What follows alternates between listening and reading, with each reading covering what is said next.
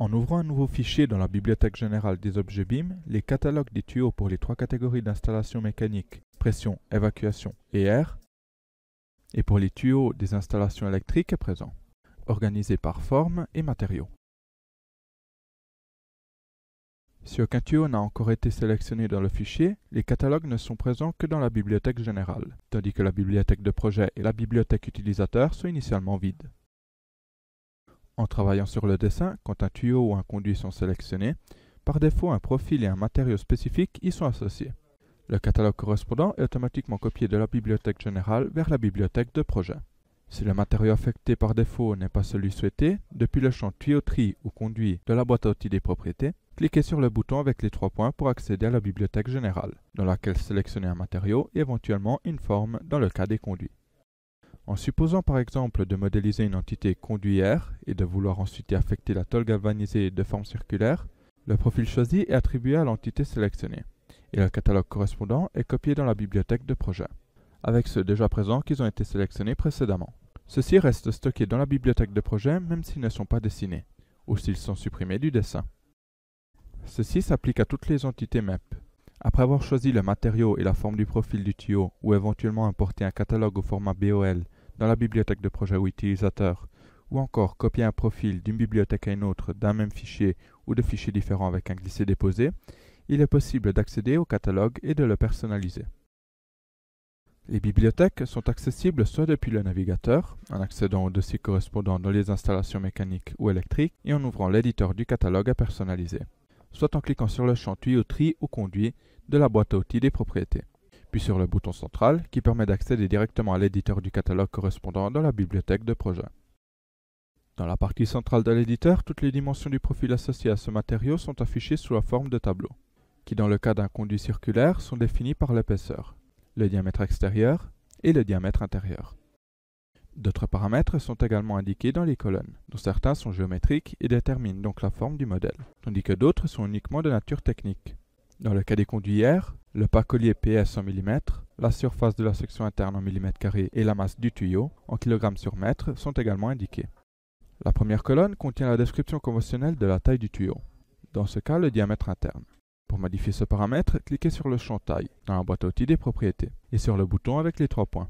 Dans la fenêtre qui apparaît, il est possible de saisir n'importe quelle variable de tuyau, mais également du texte et des nombres. Par exemple, si en plus du diamètre intérieur l'on souhaite également saisir l'épaisseur, il est possible d'insérer un tiret séparateur et en cliquant sur le bouton variable, sélectionner l'épaisseur.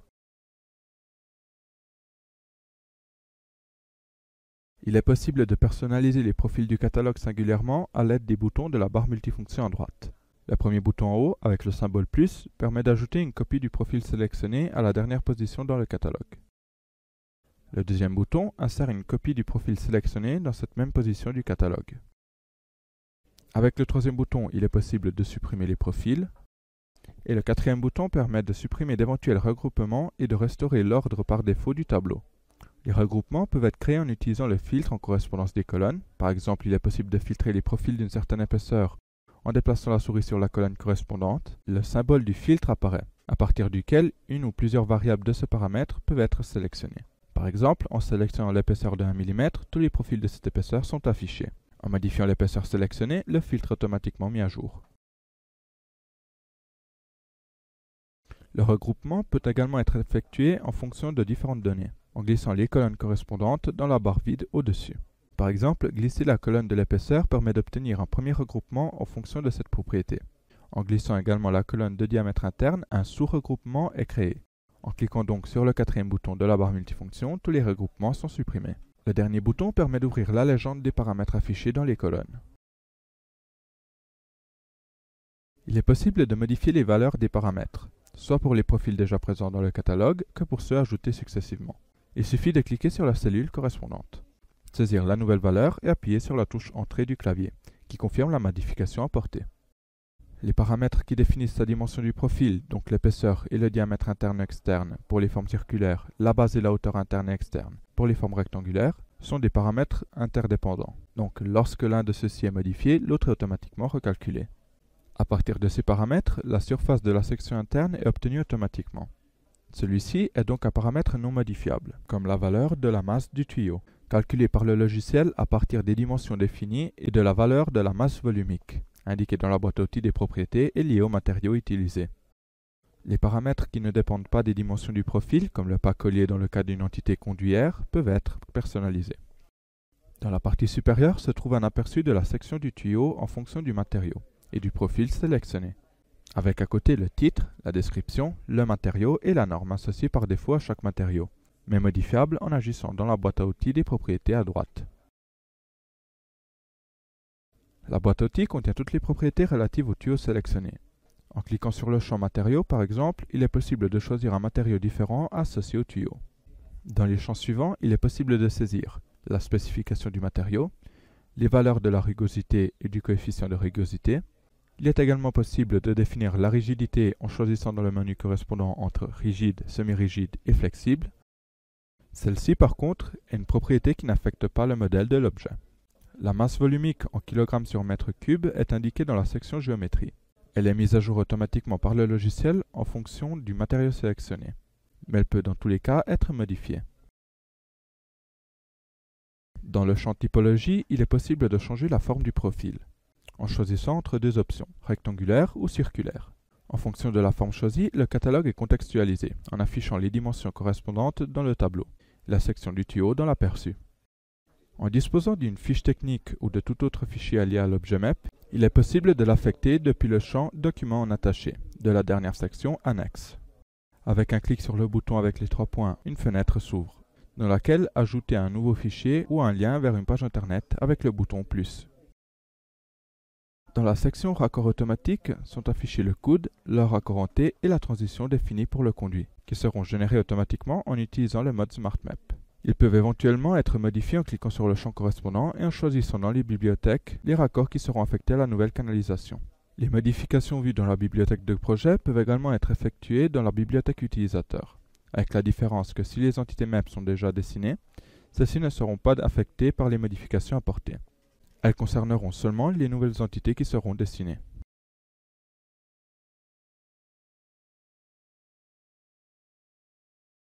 Dans la bibliothèque de projet ou dans la bibliothèque utilisateur, il est possible d'ajouter de nouveaux tuyaux et conduits, personnalisés par rapport à ceux déjà présents dans la bibliothèque générale fournie avec le logiciel. Depuis le navigateur, accédez à la bibliothèque projet ou utilisateur, puis à la section Installation mécanique ou Installation électrique. Accédez au dossier correspondant au type de canalisation à ajouter. Pression, évacuation ou air dans le premier cas, tuyau, goulotte ou chemin de câble dans le deuxième cas. Par exemple, ajoutez un nouveau conduit air. Une fois le dossier de destination atteint, cliquez avec le bouton droit de la souris et sélectionnez Ajouter dans le menu déroulant, puis Éléments. Un nouveau catalogue est créé avec un profil de base à personnaliser. Saisir le nom du conduit dans le champ Titre de la boîte à outils des propriétés.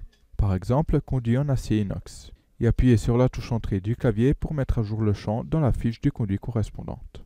Ensuite, il est possible d'ajouter une description. Par exemple, conduit en acier inox à section circulaire pour la distribution d'air. La marque, le modèle et éventuellement la norme.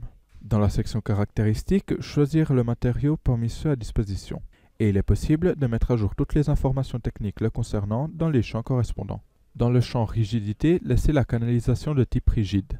Si par contre le tuyau présente une certaine déformabilité, il est possible de choisir entre semi-rigide et flexible. Cette propriété reste en tant que donnée technique et n'affecte pas le modèle. Dans la section géométrie, la masse volumique est automatiquement associée en fonction du matériau choisi. Et dans le champ typologie, choisir la forme souhaitée, dans ce cas circulaire. Le catalogue n'affiche par défaut qu'une seule dimension relative au profil créé, qui est personnalisée en fonction de la section à utiliser dans le dessin. Par exemple, en définissant le diamètre intérieur de 300 mm et en laissant l'épaisseur de 1 mm, le diamètre extérieur est automatiquement obtenu. Saisir un pas collier de 3000 mm. Ajoutez donc toutes les dimensions qui seront utilisées dans le dessin à l'aide des boutons de la barre multifonction à droite du catalogue. En supposant de vouloir utiliser aussi des profils avec des diamètres internes de 350 et 400 mm, cliquez sur le bouton plus et ajoutez de nouvelles lignes au catalogue. Personnalisez donc les profils ajoutés en indiquant les diamètres correspondants et tout autre paramètre.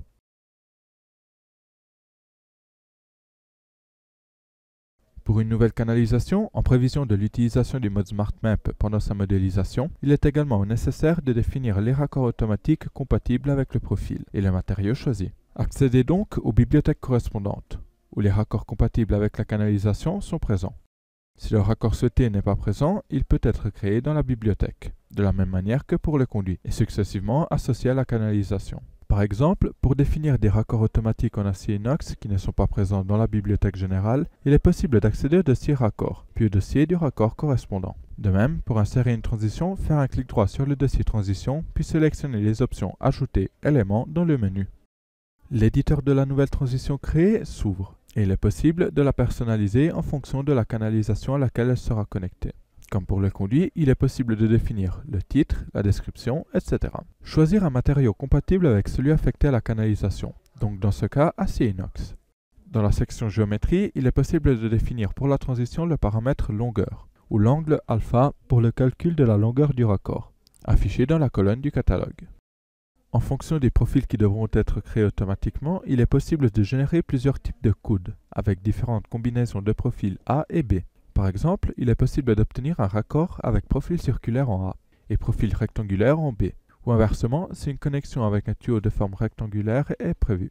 Dans l'aperçu du raccord, il est déjà possible de voir la personnalisation apportée au modèle. Dans le cas en exemple, les types des profils en A et B sont tous les deux circulaires. De plus, il n'est pas nécessaire d'insérer dans le catalogue les dimensions du raccord qui seront utilisées dans le dessin, car le mode SmartMap dimensionne automatiquement les raccords en fonction des connexions des profils auxquels ils sont affectés. Les raccords ainsi générés sur le dessin seront automatiquement insérés dans la bibliothèque de projet. La même procédure peut ensuite être répétée pour les autres raccords. Ajouter un nouvel élément dans le dossier coude et personnaliser l'entité. Dans ce cas, modifier le titre en coude en acier inox, sélectionner acier inox dans le champ matériaux et définir le type de profil en circulaire. Procédez de la même manière pour le raccord en T, en créant d'abord un nouvel élément, puis en modifiant ses propriétés depuis la boîte à outils. Comme pour la transition, aussi pour le raccord en T, il est possible de modéliser les deux profils AB et C, avec des formes différentes, en fonction des nécessités. Dans cet exemple, affecter le type circulaire soit au conduit principal qu'à la dérivation. Revenir ensuite sur le conduit modélisé et affecter comme raccord automatique par défaut les entités à peine créées. En cliquant sur le champ coude, puis sur le bouton avec les 3 points, accédez à la bibliothèque de projet pour choisir et appliquer le coude en acier inox. Puis procédez de la même manière pour le raccord en T, en sélectionnant le raccord en T en acier inox. Et pour la transition, sélectionnez la transition en acier inox.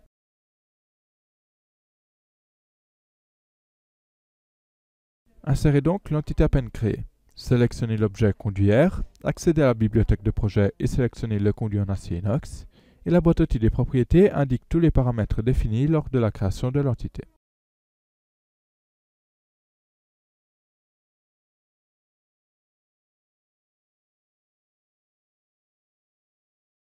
Le titre apparaît dans le champ conduit. Les profils ajoutés au catalogue apparaissent dans le champ taille. Ensuite, il y a le matériau, les raccords automatiques et le profil sélectionné.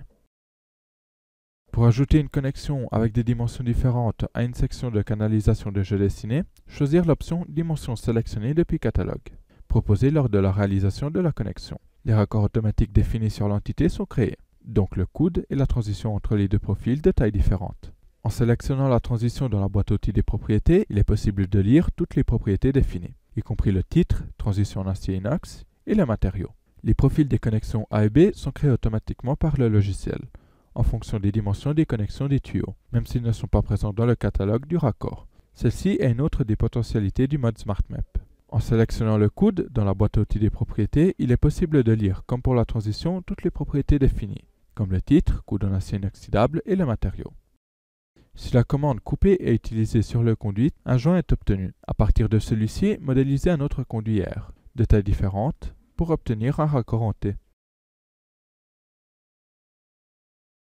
Le raccord en T obtenu est celui créé précédemment dans le catalogue et défini pour le conduit. Les raccords automatiques peuvent être modifiés soit depuis l'entité, en ouvrant l'éditeur de la bibliothèque de projet, soit individuellement pour les conduits spécifiques en les modélisant depuis les propriétés.